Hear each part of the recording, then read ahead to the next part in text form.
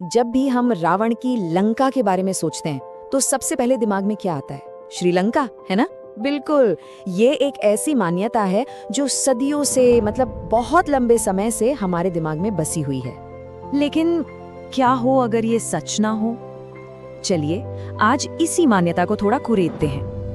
देखते हैं कि हमारे प्राचीन ग्रंथ और सबूत असल में क्या कहानी सुनाते हैं। तो देखिए, मामला सीधा सा नहीं है। एक तरफ तो है वो बात जो सब मानते आए हैं और दूसरी तरफ है हमारे प्राचीन ग्रंथ जो कुछ बिल्कुल ही अलग और उलझी हुई कहानी बताते हैं।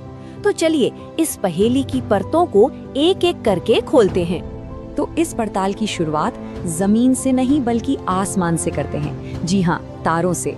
क्योंकि हमारे प्राचीन खगोलविदों की जो गणनाएं हैं ना, वो एक बिल्कुल ही अलग तस्वीर सामने रखती हैं।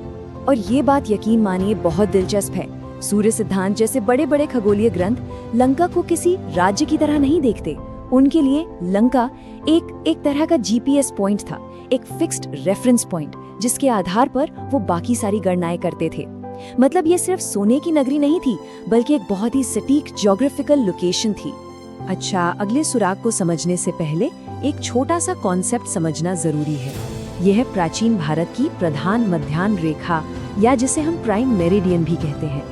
तो हमारे प्राचीन ग्रंथ एकदम साफ साफ बताते हैं कि ये जो काल्पनिक रेखा थी, ये 3 खास जगहों से गुजरती थी। सबसे ऊपर उत्तर में कुरुक्षेत्र, फिर बीच में उज्जैन और सबसे नीचे भूमध्य रेखा पर लंका। मतलब एक सीधी ज्योग्राफिकल लाइन बन गई। और अब आता है सबसे जरूरी कोऑर्डिनेट। हमारे ग्रंथ कहते हैं कि लंका ठीक 0 डिग्री लैटिट्यूड पर थी, मतलब एकदम इक्वेटर पर। इसके लिए खास संस्कृत शब्द भी है, निरक्ष, जिसका मतलब ही होता है बिना अक्षांश वाला। तो अब जरा इन दोनों को आमने सामने रखते हैं। एक तरफ ग्रंथों में बताई लंका, दूसरी तरफ आज का श्रीलंका। फर्क देखिए कितना बड़ा है। आज का श्रीलंका न तो इक्वेटर पर है और न ही उज्जैन वाली प्राइम मेरिडियन पर। मतलब लोकेशन का कोई मेल ही नहीं है। ठीक है, तो एस्ट्रोनॉमी की बात तो हो गई, लेकिन अब सवाल ये है कि खुद रामायण क्या कहती है। चलिए अब सीधे महाकाव्य में ही चलते हैं और देखते हैं कि वहाँ के ज्योग्राफिकल डिटेल्स हमें क्या नए सुराग देते हैं। रामायण में एक प्रसंग है जब सीता जी की खोज में वानर सेना अलग अलग दिशाओं में जाती है। तो लंका की तरफ जाने वाली टुकड़ी को जो दिशा बताई गई है, उसके लिए एक खास शब्द इस्तेमाल हुआ है, नैऋत्य। और ये शब्द बहुत मायने रखता है। अब यहीं पर एक बड़ा पेच है। नैऋत्य का मतलब होता है दक्षिण पश्चिम, यानी साउथ वेस्ट, जबकि आज का श्रीलंका भारत से दक्षिण पूर्व मतलब साउथ ईस्ट में है। देखिए, ये कोई छोटी मोटी दिशा की गलती नहीं हो सकती, ये तो एकदम उल्टी बात हो गई। पर रुकिए, कहानी यहीं खत्म नहीं होती। रामायण में एक और सुराग है, और वो भी जमीन पर नहीं बल्कि दोबारा आसमान के तारों में। रामायण में अगस्त्य तारे का जिक्र आता है, जिसे हम आज कैनोपस के नाम से जानते हैं। और रामायण में लिखा है कि ये तारा इतना ज्यादा दक्षिण में था कि लगभग साउथ पोल स्टार जैसा काम करता था। ये सिर्फ कोई पोएटिक डिस्क्रिप्शन नहीं है, ये एक बहुत ही प्रिसाइज एस्ट्रोनॉमिकल ऑब्जर्वेशन है। और अब आती है सबसे हैरान करने वाली बात।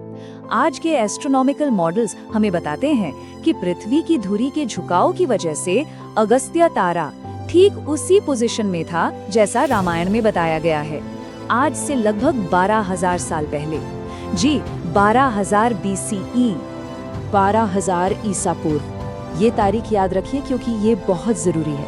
अब चलिए इसी टाइम स्टैम्प को लेकर एक जियोलॉजिकल टाइम मशीन में बैठते हैं और देखते हैं कि उस जमाने में हमारी धरती का नक्शा कैसा था। तो देखिए, लगभग 14,000 साल पहले हम लास्ट आइस एज के दौर में थे। तब समुद्र का लेवल आज से करीब 120 मीटर नीचे था। मतलब दुनिया का नक्शा आज से बिल्कुल अलग था। और इसका सीधा सा मतलब ये है कि उस दौर में भारत और श्रीलंका के बीच जो आज समुद्र है, वो असल में सूखी जमीन थी, एक विशाल लैंड ब्रिज। तो लंका जाने के लिए किसी को समुद्र पार करने की जरूरत ही नहीं पड़ती। और ये सिर्फ कोई थ्योरी नहीं है, जियोलॉजिकल रिसर्च ने इस बात को साबित भी किया है। साइंटिस्ट्स ने उस डूबी हुई जमीन पर पुरानी नदियों के रास्ते तक खोज निकाले हैं, जैसे ताम्रपर्णी और वैगई। यहाँ तक कि तमिलनाडु के तट के पास पानी में डूबे हुए प्राचीन बंदरगाह भी मिले हैं। ये सब इस बात का पक्का सबूत है तो हमने एस्ट्रोनॉमी देख ली, रामायण देख ली और जियोलॉजी भी देख ली। अब आते हैं इस पहेली के आखिरी हिस्से पर, हमारे ऐतिहासिक रिकॉर्ड्स। देखते हैं कि बाद के लेखकों ने इस बारे में क्या लिखा है। और ये बहुत बहुत महत्वपूर्ण है। 9वीं-10वीं सदी के बड़े बड़े लेखक जैसे मुरारी और राजशेखर अपने लेखों में साफ साफ लिखते हैं कि लंका और सिंघल यानी आज का श्रीलंका 2 अलग अलग जगहें हैं। यहाँ तक कि श्रीमद् भागवत में भी दोनों को अलग अलग गिना गया है। और तो और महाभारत में भी लंका की लोकेशन को लेकर कंफ्यूजन दिखता है। इससे ऐसा लगता है कि महाभारत के समय तक असली लंका की यादें शायद धुंधली पड़ चुकी थी। और ऐसा क्यों होगा? शायद इसलिए कि वो जगह हजारों साल पहले ही पानी में समा चुकी थी। तो चलिए अब सारे धागों को एक साथ जोड़ते हैं। हमने खगोल विज्ञान, रामायण, भूविज्ञान और ऐतिहासिक रिकॉर्ड्स, सारे सबूतों को देख लिया है। तो ये सारी कड़ियां मिलकर आखिर क्या तस्वीर बनाती हैं? आइए एक बार फिर से सब कुछ समेट लेते हैं।